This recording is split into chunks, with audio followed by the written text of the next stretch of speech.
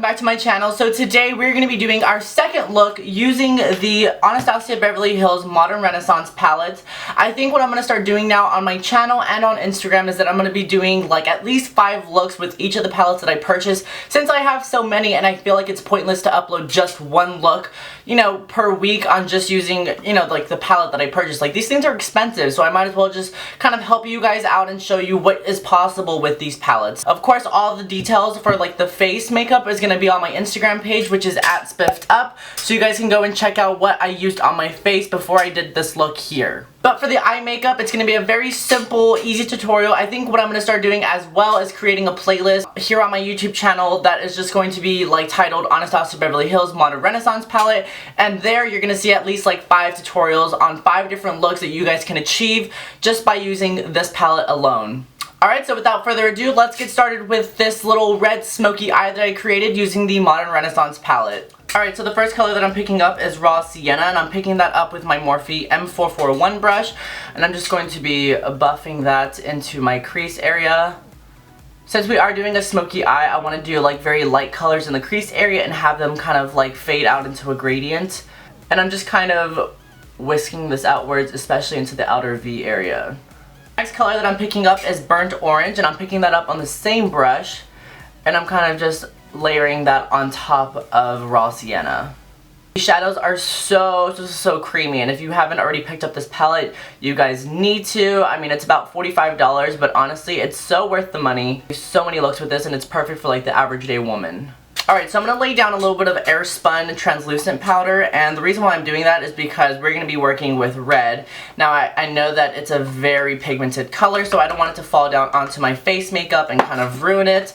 If you guys do your eyes first, you can totally skip this step because you can just easily cover that up with foundation and concealer. But since I already have my face makeup done, that's why I'm just going in with this right now. And I'm kind of putting like a good amount. That way I can just easily sweep off any of the fallout that I have. Taking precautions! Alright, so I'm picking up Love Letter, and I'm picking that up with the brush that comes with the palette. And right when I get to like the crease and the lid, where like right when they meet, I'm kind of just creating a dome shape. That way I don't go too far up and I don't have to blend out crazy, just to make sure that both eyes are symmetrical. Alright, so next I'm going to pick up Red Ochre, and I'm just picking that up on the same brush, and I'm just building on that color because I really wanted to get it like that dark blood red. And I'm kind of just pressing down, but I'm also kind of rubbing it as well. So it's just like a press and a rub. Press and a rub. Next, I'm going to go back into that M441 brush, and I'm just going to blend everything now. So this is just going to be like a nice way to kind of make everything fade together, and it's just going to be so pretty. And on this part here, since I want it to fade upwards, I'm just going to be flicking up the brush. You can see what I'm doing right here. And this technique is just going to make sure that everything is just nice and blended upwards in the direction. I'm going to pick up a detailer brush and pick up Antique Bronze. And this is a detailer brush from Real Techniques, by the way. I'm just putting a little shimmer onto that outer V. This is just going to add a little bit of dimension to the eye. And then you can go back in there and kind of blend that out. That way it's not so harsh. So next I'm going to pick Realgar.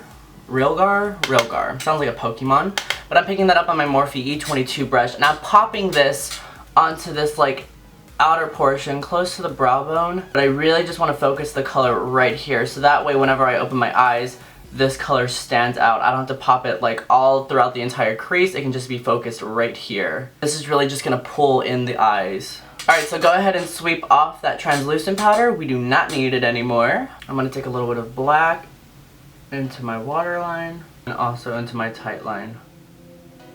This is so uncomfortable. Because since we aren't going to be doing like a wing or anything, I just want to make sure that this is nice and dark, like right where the lash line is, so whenever we put on the falsies, you don't see like that gap of skin right there. Got a little bit onto the lash line, you can totally just blend it out with your finger, and it'll just add a little bit of dimension. Next, I'm picking up my Morphe E36 brush, and I'm taking Red Ochre, and I'm just going to take that on the lower lash line. I need to get this waterline a little bit more black on the outer part. I'm making sure that the waterline and the tight line are nice and connected. It may feel a little uncomfortable at first, but you'll get used to it. For brow highlight, I'm picking up my Morphe M133 brush, and I'm taking Primavera, and I'm just going to fan that right here. I love how this brush fits right into my brow bone. It's like perfect. Perfecto. Alright, time to curl the lashes.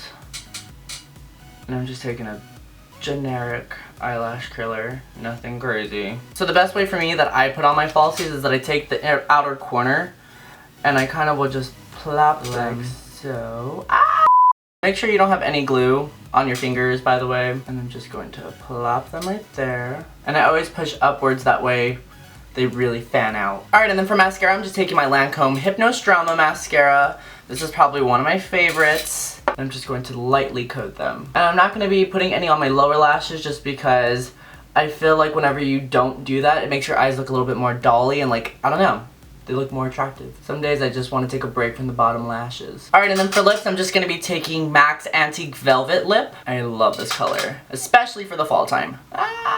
Alright guys, and that is the finishing look. I hope you guys enjoyed this little mini tutorial using the Modern Renaissance palette. As always, if you like this video, make sure to subscribe to my channel and give this video a thumbs up. And don't forget to follow me on my beauty Instagram, but all of the links will be down below for you guys to go and check out. And as always, I love you guys, and I'll see you in the next tutorial. Bye!